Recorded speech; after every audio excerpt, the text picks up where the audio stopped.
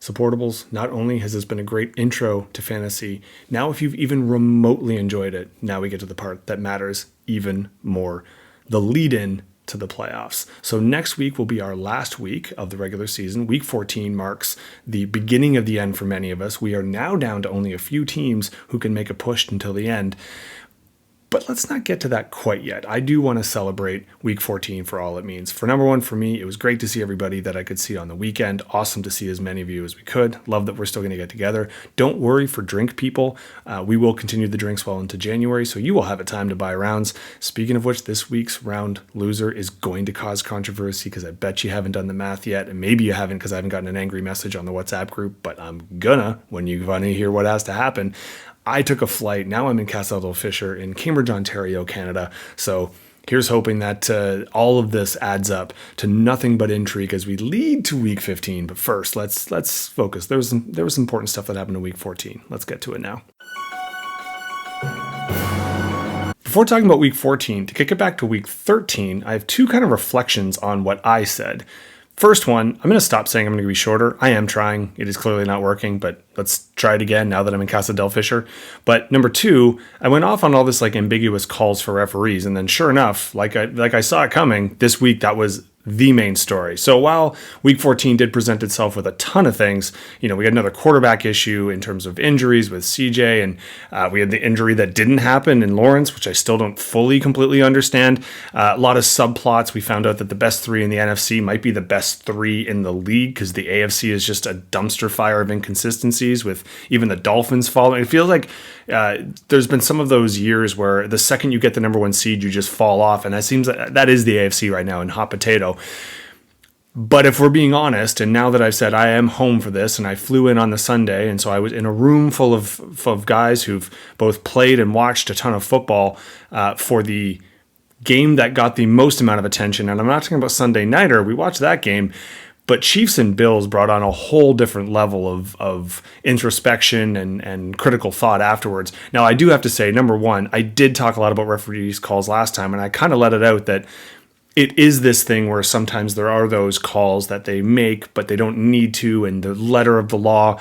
And it really did raise that kind of question that we heard this week a lot, the idea that is it what the law actually says or the rule says, or is it the spirit of it? And I will say, this is the kind of room that maybe we were a few drinks in, and every time there's a kind of a holding or a bump call or any of the offsides, someone's yelling it out and someone's calling it if they see it, and not one person saw that offside because it was an ambiguous foot. So anyone who's coming out, and side note, I've said this a ton, I really miss watching live sports, and that's one of the things that I've given up a lot for being overseas. You watch as much as you can. It's just not like over here. I do not miss, though, 24/7 sports commentary with people just think that volume is the best thing, and watching some of the part like First Take, they just yell at each other. I can't deal with it at all. But what they were yelling got to the essence of a couple things that I do want to talk about quickly. One, you would think this ambiguous kind of calling, it's true, right? If you actually watch that, if anyone has the hot take that like it was a clear violation that was horrible, it was a clear violation, but it didn't actually change the play. If you honestly think that Tony's foot being a few inches over, they're like, it's all over the ball, that's a camera angle. I promise you, it did not impact the play. However, it is technically the rule. Now, I think I was pretty clear. I actually don't mind. I mean, it is such a shame that the best play I've seen in years, the most exciting play I've seen in years, and one that would be put up there with like the Music City Miracle and things like that. Like the fact that it was going to win the game, the fact that it was the most exciting part, the fact that Kelsey's having the year he is and he's at the twilight of his career. Yes, the referees robbed a phenomenal moment, and it sucks because there was no competitive advantage. But getting over that part, the two things I actually want to talk about, and again, I say quickly, but we'll see. Mahomes and Reed's reaction was super interesting to me, and I think Mahomes especially. You got to think he is so frustrated, not with the referees, sure with the referees, but I mean, they've benefited as well. And, when he had the pass interference calls the week before, it does add up, but he's also the guy that's been very magnanimous. And when MVS has dropped a bunch of balls, he's actually come out and said, I could have been better. It could have been more perfect. He's trying to, I think, be an actual good captain. And on the media, at least he's not throwing daggers at his own team, as is a trend right now in a lot of sport where when you have a problem with someone, you throw beef in the actual, the media room, I would hope they're having hard conversations in the dressing room, and I'll allude to that in a second. But I actually kind of liked that he was trying to stand up. It was icky how upset and frustrated he was. But that has to be, and I mean, if you're not really familiar with salary cap rules, because why would you be? I mean, with the NFL, with the tight cap, it is tough to invest money in both offense and defense. And I think Chiefs made it clear they won a Super Bowl because they took some of the money that they saved on Tyreek Hill and they put it into defense, which paid off last year, and they won. But they shouldn't have. Their receiving group was supposed to be crap, and they just banked on Mahomes being the best quarterback in the game, and he is, so they won. But this year now, it's almost like they expect that to happen, and the receivers are somehow worse. I mean, they've invested in some young kids, and Rice looks like he might be legit, but Moore certainly isn't. MVS drops a ton. Tony can't be your answer. Effectively, I mean, a lot of the statistics are showing it. They have the most dropped catchable balls in the league, and it's not even that close. So I think that was just a manifestation of Holmes losing his crap, and he's just frustrated because that's got to suck. But what it really made me think of, and hopefully this is the last thing I'm going to get to, as someone, I mean, you all know I coach, and I think a lot about that. And one of the things I learned after years of coaching is you think when you walk out there, I remember when I was especially younger coach, everything my team did that I didn't like almost embarrassed me because part of me thought I need to fix that. I need to have full control.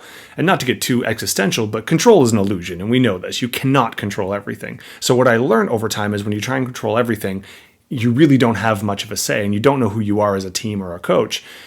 But what helps is if you pick the things, 2 things, 5 things max, that kind of thing. These are what I stand for, and this is what I want. And my teams do this or act like this. And if you just focus on them, then you actually do get that kind of culture you want. The reason I mention this is Andy Reid gets a lot of respect, and he should. He's a very innovative coach, seems to have good relationships with his players.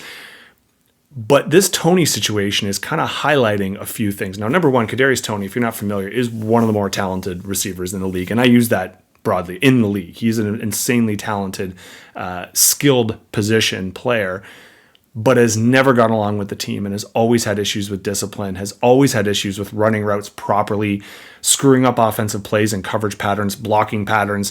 He's out of position a lot. He's actually been offside a few times in his career like this, but even more obvious than this. So this is one of those things that to me kind of exposed. So what can this team stand for if you're bringing in people that other teams have already passed on and like hard passed on after a short window of showing who they are? Unfortunately, this is kind of what you get. And so I do wish that they kept the play going, and not just because I wanted to see how Yahoo scored that. I mean, the lateral, I'm pretty sure Toney would get all the yards for that and Kelsey wouldn't get anything, but does he get the reception because he technically caught it? I actually don't know the rules to this. If you know the rules, send me a message or put it in the comments because I'd love to know how Yahoo would have scored that play, who does get the touchdown credits and etc. and how much goes to, anyway, you get it. That part would have been better. I would have preferred that as an outcome. But what I think this is going to highlight is what kind of team is the Chiefs and what do they stand for? Are they, Toney, I'm glad they didn't put him on blast, but I hope they go to the change room and they put him on blast in the film room and be like, if you just pay attention, this doesn't happen. And yeah, the referee always does the check. I know now they're saying they don't. And if anyone quotes a rule book, they think they're in the wrong. You know this. They're defensive, right? So the fact that right away the referee went all hall monitor on it and just nerded out and said, well, technically we get it, but you do. You always do. And every player that's ever played the game knows that. Every talking head that has never played the game obviously doesn't know that. But this is going to give Andy Reid a way to kind of define, can the Kansas City Chiefs, this is going to look like Mahomes is going to, for the first time, probably, if they don't get knocked out of the playoffs or knocked out early in the playoffs, they're going to have a home or an away playoff game for the first time, I think, in Mahomes' playoff career, full stop. So they get to see how they react. Can the team kind of bounce back? Are these receivers going to actually figure out how to catch a ball? Will they make an investment in the offseason? And what are Andy Reid's non-negotiables? What is he going to tolerate? So let's see. Anyway, was that shorter? I can never tell until I edit, but here's hoping, because I want to get straight to what actually matters. We are in the playoff push for fantasy. Week 14, obviously, massive implications. So I'm going to shut up. Let's get to the matchups. They say high pressure brings out the best and the worst. And in this particular case, this brought out the best and the better. Pamela's trying to defend her number 1 seed, and obviously she did so as our overall number 1 this week. Holding on to that number 1 seed with both hands was the Dirty South, so well done. Unfortunately, Juliet and Lara, as you can see, You were our second highest scoring team, so you literally played the only team that you couldn't play this week and come out with a W. So obviously there's not much I can say to help you out with that one. We're going to have more exceeds than not, but just to kind of highlight some of the big performances. Now, Pamela, the one weird part is you are a team that has dominant receivers, and yet it was not your receivers that, well, your tight end, but not your receivers that won, because you're actually most valued receiver if we go to the bench here. Yeah, Cup finally went off for the kind of performance that they were supposed to go on, or he was supposed to go on. He was our wide receiver 5. Your other wide receivers, Jefferson, did have to leave the game. Actually, so did Hill. Both receivers had a shorter night than they anticipated.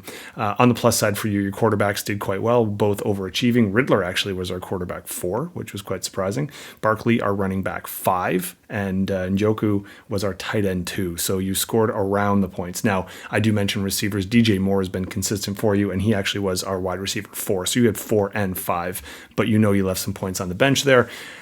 Your kicker as well was actually the kicker 1, 22 points from a kicker. Outstanding. So when you get in that kind of representation from the people that normally don't push you through, it's going to be a phenomenal week. Jules, Lara, what can I say here? It's all going to seem like sour grapes. I mean, Dax actually played a lot better than his score dictated, but Fields didn't play as good and got points, so you can't really be upset. Fields was our QB5 on the week. Everybody else kind of rounded out. Now, they weren't necessarily in our top 5, but people like White, Mix, and McCaffrey had great performances, obviously. Sam Fran and your Philly kicker, again, good enough to beat literally everybody except for the person you were playing. So what this does for implications, I'm going to get to at the end of this video, but deep breath. Pamela, obviously you were already in the playoffs, but you're really fighting for that number 1. You did everything you could this week to do it. You do this again. You're laughing. Jules and Lara, don't hit the panic button quite yet. You still have the control of your own fate, which is really all you can ask for right now. Much to my chagrin, but obviously I have an issue here I have to talk about. Our third top scorer of the week, Kelsey and Frankie. So showing that it doesn't matter what position you're in, you can fight to the bitter end. Well done, crew. Kind of wish you wouldn't have done that, but I understand why. Mozart was kind of your lead here. He was our running back 4, which obviously put you in a good standing. But everybody else did just fine. If you look, everybody's double digits. That's quite rare that that's going to happen to you. So you didn't have any 30-point performances. You didn't have a 4 or 5 either. In terms of the decisions that you made, you can feel happy, but honestly, you kind of couldn't have lost here. Henry had a good outing. Now, he did have some bumps with getting pulled in and pulled out. Zay Flowers had the best game he's had, I think, all year in terms of getting the touchdown, the 6 and 60 yards, but he's actually been quite good for a while. Laporta, disappointing for you, but you started the right one again. Kelsey had a good matchup, a good performance. Might have been interesting, depending on how many yards he would have gotten on that hook and ladder, but you did just fine, and I was never really in this one. Unfortunately for me, I was flying, and when I took off, Hill was supposed to play. When I was in the air and the games kicked off, he was pulled right away. He didn't even get in, so that was kind of a ding on me.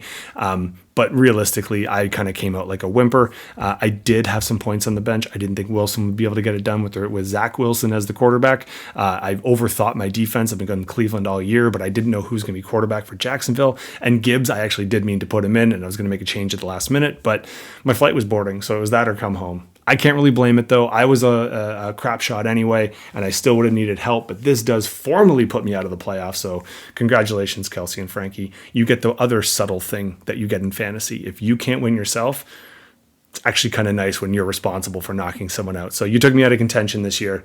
I won't forget that next year. Just scoring under that is Team Kickass, who needed a big win this week, and a big win they got.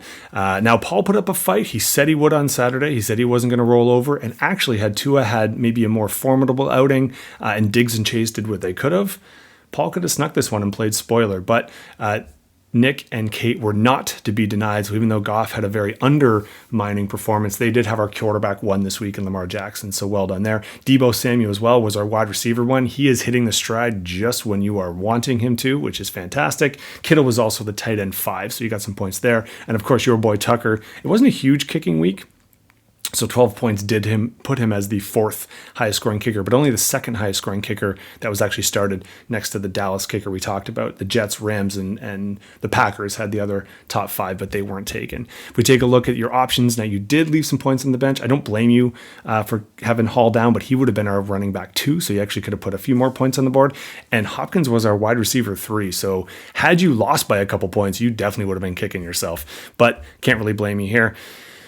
Paul, you did the best you could on this one. Ingram was actually our tight end 1, so well done there. Everybody else just kind of got you points. It really was your big dogs that let you down. Your 3 big wide receivers. I said at the beginning of the year, Adams, Chase, and Diggs, you were going to go as far as they were going to take you, and this week they barely took you. So I think on that case, that's where you ended up being unlucky. Now, you did bench. The only top 5 defense that could have been played was Denver, and you did not play them. New Orleans, Minnesota, the Jets, and Chicago were rounding out our top 5 defenses this week, but no one played those. But defense number 3, that was Denver, but they were on your pine. No matter, Kate, Nick, your fate now, you are in the top 4. You've been fighting hard. Unfortunately, there's a wrinkle in the plan if you haven't seen it yet. I'm going to get to that at the end. And Paul, like I said, keep playing spoiler, except for next week. Maybe take next week off because we can play spoiler together. Maybe a side bet. In the battle that should have been a battle, 2 teams that at the start of the week were in the playoffs, this is going to be controversial, so stay tuned on this one. So Raph James, congrats, and I'm sorry, and I'll explain why. You were the 2 lowest scores, but Jackie's already had the dead week, so Jackie no longer counts in that. So you have the rare occurrence that you win the match, but you owe a round. Sorry. I will put that on the chat group. I can't wait to see the people that don't really understand all the rules to make comments on that one. I am sorry on that. Jackie, since you've started listening to me, you've done nothing but lose. Actually, in this particular case, I would have given you some last minute adjustments, but realistically, what burnt you the most? Nico Collins got bumped and was out of the game. So he's gone from about 3 weeks in a row where he was going off as one of the top 5 wide receivers, and he got hurt and had to leave the game. Pittsburgh's defense also didn't help you out too much, but you did have Bijan Robinson, which I would be happy with. Mahomes, too, is just underperformed, and it's killing you. Now, that passing touchdown that he would have gotten, that would have put you over. Any of these things would have gotten you the win that you sorely needed to keep. You would have jumped up to 3rd with your win, and you would have been sitting a lot more pretty. But unfortunately, that was not the case. Raph James, all your big guns were going out. I mean, Herbert got knocked out, and it looks like he is out. Definitely for next week, and we'll see beyond. We'll see when the actual results of all the testing comes out, and it should be maybe by the time I actually put this out. Hurts also, Dallas' defense crushed them, and you know this because you have Dallas' defense. So unfortunately for you, you kind of suffered the ebb and the flow on that one where you got the points on the D, but it didn't really help you out in the long run. Now, Cook, that was a good start. You had he was our running back 3, and he's not someone that everybody started. And if you look at the people on your bench, you also had a pretty significant quarterback injury in C.J. Stroud, so sorry about that one. But Ezekiel Elliott, that was the one that maybe you could have put in there. I understand why you didn't, but he was our running back 1 on the week, so that definitely would have helped you out. But if you look over here, Jackie thought of you as well. Drake London was actually our wide receiver 2. So both of you left some points on the bench. Now, what does this do for our actual playoff hunt? I'm glad you asked because it's an interesting one. On a quick gander, like I said, it is not a lockup for Pamela. It really helps that you got the win. Now, you would have clinched the overall number 1 spot had Jackie gotten that touchdown and put Raph down for the week. But since he's got you on points, technically he wins and you lose. You can still lose the number 1. So I think you have figured this out, and that's why you're nervous. I'm out of the playoffs. Paul and Kelsey and Frankie out of the playoffs. So this comes down to our 3 through 5, and it is a tie. You are all at 500. Jackie with the least amount of points. Team Kickass and Jules, you are just points away from each other. And I think if you've looked, you already know where I'm going for this. The nice thing is you get to settle it yourself. So every once in a while, the gods are with you, and you get an easy matchup, especially for you two, because you would have to win. Jackie, I don't think could catch you on points. But here's what it comes down to. It's win and you're in. All right. So between Jules, Lara, Nick, Kate, you don't need a side bet. The bet is on. The winner will make the playoffs. The loser might. And the only person who gets to say that is this matchup down here. If Jackie can take down Kelsey and Frankie, who went off on me last week, if Jackie wins, she is likely in. If she loses, both the 3 and the 4 will hold their spot just because of the point differential. So it comes down to it. We have 2 teams definitely in, we have 3 teams definitely out, and 3 teams fighting for 2 spots How do you not love fantasy football? This is fantastic. I will be trying my best to stay out of Jackie's affairs because obviously the more advice she takes from me, the more she tanks. So let's see how it goes. But in terms of the real matchup, you can't complain here. Jules, Lara, Nick, Kate, this is it. Win and you're in. Best of luck in week 15. God, I love fantasy sports.